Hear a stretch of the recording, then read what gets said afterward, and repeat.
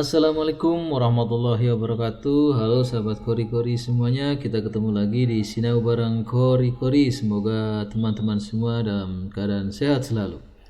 Kali ini kita akan membahas mengenai rangkuman singkat tentang nasionalisme sebagai persiapan untuk CES SKD CPNS tahun 2021 sesuai dengan kisi-kisi yang telah disampaikan oleh BKN.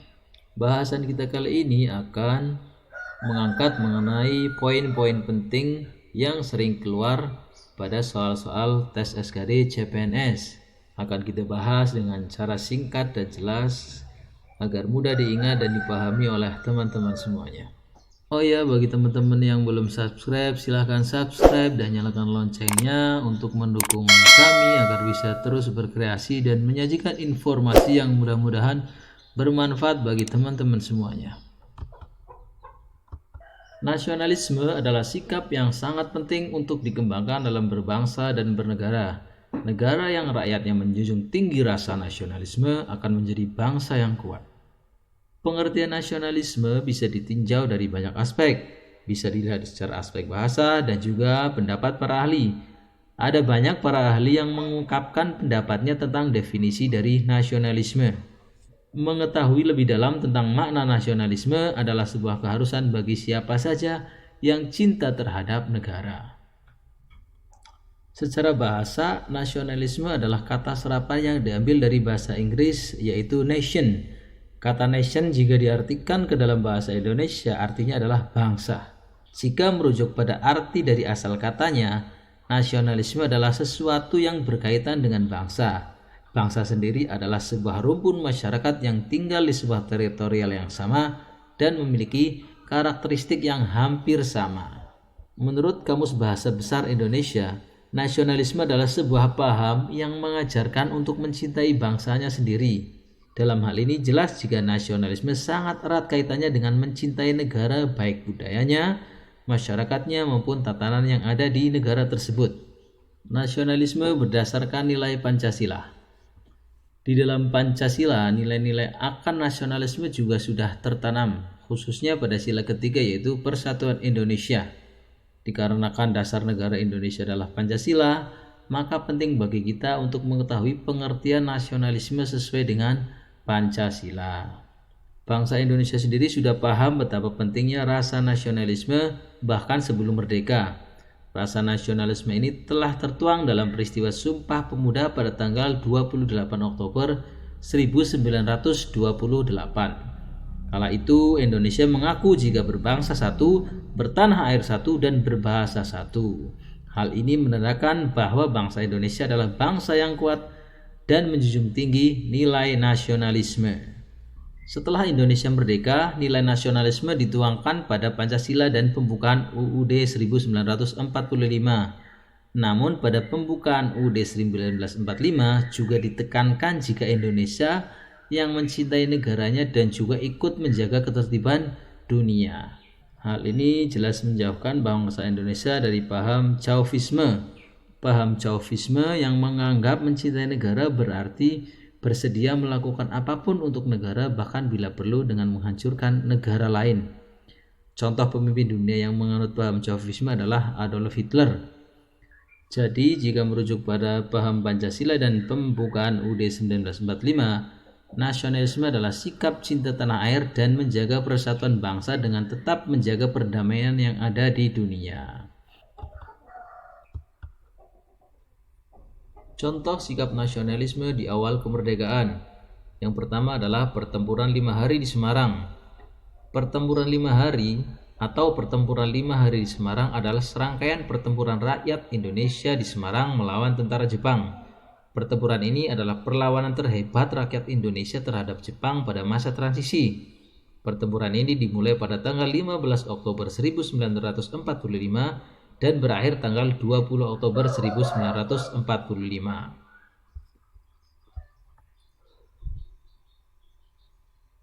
Contoh yang kedua adalah pertempuran Surabaya.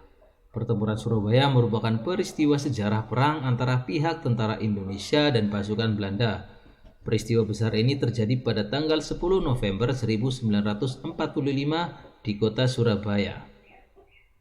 Pertempuran ini adalah perang pertama pasukan Indonesia dengan pasukan asing setelah proklamasi kemerdekaan Indonesia dan satu pertempuran terbesar dan terberat dalam sejarah Revolusi Nasional Indonesia yang menjadi simbol nasional atas perlawanan Indonesia terhadap kolonialisme. Setelah munculnya maklumat pemerintah Indonesia tanggal 31 Agustus 1945 yang menetapkan bahwa mulai Sabtu September 1945 bendera nasional Sangsaka Merah Putih dikibarkan terus di seluruh wilayah Indonesia, gerakan pengibaran bendera tersebut makin meluas ke segenap pelosok kota Surabaya. Klimaks gerakan pengibaran bendera di Surabaya terjadi pada insiden perobekan bendera di Yamato Hoteru atau Hotel Yamato, bernama Hotel Oranye pada zaman kolonial, sekarang bernama Hotel Majapahit, di Jalan Tunjungan nomor 65 Surabaya. Contoh yang ketiga adalah peristiwa Bandung Lautan Api. Peristiwa Bandung Lautan Api adalah peristiwa kebakaran besar yang terjadi di kota Bandung pada tanggal 24 Maret 1946.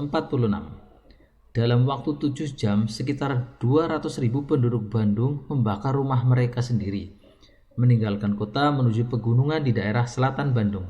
Hal ini dilakukan untuk mencegah tentara sekutu dan tentara Belanda untuk dapat menggunakan kota Bandung sebagai markas strategis militer dalam perang kemerdekaan Indonesia. Contoh yang keempat adalah Pertempuran Laut Aru. Pertempuran Laut Aru adalah suatu pertempuran yang terjadi di Laut Aru, Maluku pada tanggal 15 Januari 1962 antara Indonesia dan Belanda. Insiden ini terjadi sewaktu dua kapal jenis destroyer, pesawat jenis Neptune dan Freely milik Belanda menyerang RI Macan Tutul 650, RI Macan Kumbang 653, dan RI Harimau 654 milik Indonesia yang sedang berpatroli pada posisi 04,49 derajat lintang selatan dan 135,02 derajat bujur timur. Komodor Yosudarso gugur pada pertempuran ini setelah menyerukan pesan terakhirnya yang terkenal, "Kobarkan semangat pertempuran." Itulah contoh-contoh sikap nasionalisme pada awal kemerdekaan. Sedangkan contoh-contoh implementasi rasa nasional saat ini adalah bisa dilakukan dengan berbagai cara. Contohnya adalah sebagai berikut. 1. Aktif dalam pembangunan nasional. Seorang siswa belajar dengan baik dengan harapan kelak apa yang ia pelajari bisa bermanfaat untuk bangsanya juga merupakan contoh peran aktif dalam pembangunan nasional. Termasuk juga masyarakat yang sadar akan fungsi pemilu sehingga menggunakan hak pilihnya dan mengikuti kegiatan pemilu dengan tertib agar didapatkan pemimpin yang kompeten. Contoh lain adalah mahasiswa yang kritis dan tanggap memberi masukan kepada pemerintah terkait masyarakat yang sedang terjadi di dalam negeri. Yang kedua adalah menjunjung tinggi hukum, salah satunya dengan cara mematuhi rambu-rambu lalu lintas, membayar pajak tepat pada waktunya, dan melakukan pekerjaan yang tidak melanggar hukum. Contoh yang ketiga adalah menjaga kebersihan lingkungan sekitar. Jika ketua RT mengadakan kegiatan kerja bakti di lingkungan kita sebagai warganya wajib mengikuti kegiatan kerja bakti tersebut dengan baik dan juga membuang sampah sesuai pada tempat-tempat yang telah disediakan. Contoh yang keempat adalah menciptakan kerukunan umat beragama.